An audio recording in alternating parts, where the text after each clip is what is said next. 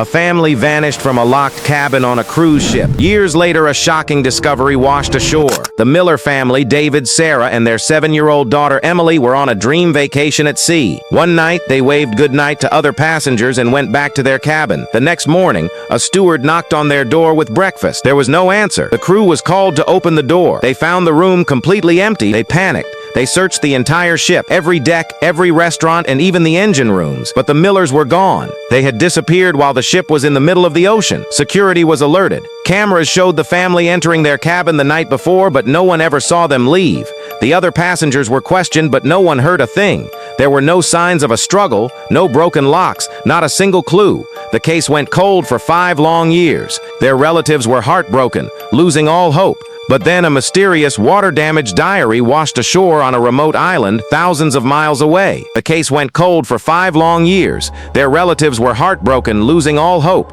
But then a mysterious water-damaged diary washed ashore on a remote island thousands of miles away. For 5 years, the world was captivated by the impossible mystery of the Miller family. How could a family of 3 vanish from a cruise ship cabin that was locked from the inside? There were no witnesses, no ransom notes, no clues. It was as if they had simply ceased to exist. Until this.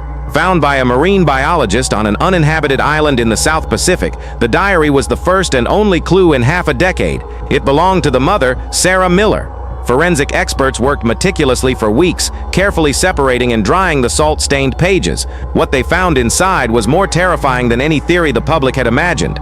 The first legible entry sent a chill down investigators' spines. It was dated the second day of the cruise. Sarah wrote, "Emily is so happy, but I can't shake this feeling of being watched. There's a crew member. He's too interested in her. He gave her a small doll today. David says I'm being paranoid, but something feels wrong." This was the hook authorities needed. They tracked down the crew member who had left his job a year after the disappearance. He had an alibi for the night the Millers vanished. He was on duty in a different section of the ship, but he did remember the family. He told investigators the little girl, Emily, had seemed unwell. This prompted a full digital enhancement of the ship's security footage, and that's when they saw it, a detail everyone had missed. As the Miller family walked down the hallway to their cabin for the last time, 7-year-old Emily was clutching a small handmade doll. It wasn't on the manifest of their belongings. The crew member had been telling the truth, but why did Sarah feel so afraid? The answer was on the next recovered page of her diary. Day 4. Emily is sick, very sick. The ship's doctor keeps saying it's just seasickness, but her fever is getting worse. She's getting weaker. David is frantic. He just had a screaming match with the captain, begging him to turn the ship around. Investigators brought the ship's captain, now retired, in for questioning. Under pressure, he admitted what he had hidden for 5 years. David Miller had offered him his life savings to divert the ship to the nearest port with a real hospital. The captain refused, coldly stating that the schedule was the priority.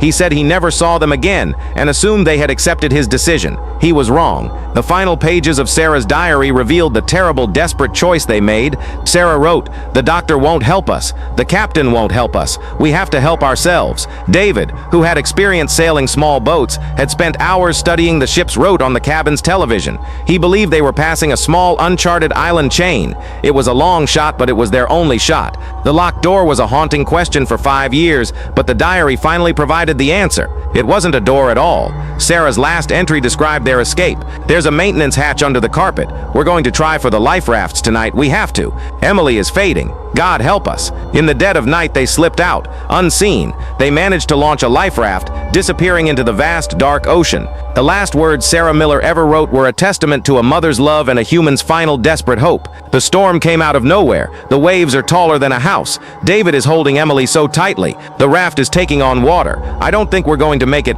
The diary ended there, but the story doesn't. Using the location where the diary was found, oceanographers created a drift pattern model, tracing its 5-year journey back to its origin. The model pointed to a tiny rocky islet hundreds of miles from any shipping lane, an island that would have been a death sentence for anyone stranded there. A Coast Guard helicopter was sent to the coordinates. On the desolate beach, they found the shredded remains of an inflatable life raft, and just beyond the rocks, under a scraggly tree, they found what was left of the Miller family. They hadn't been kidnapped. They hadn't been murdered by a stranger. They had died trying to save their child. It seems David and Sarah survived the storm, only to watch their beloved Emily succumb to her illness on that lonely shore. With their last remaining strength, they buried their daughter and lay down beside her, never to get up again. They were found together, a final heartbreaking testament to a family that refused to be separated even in death.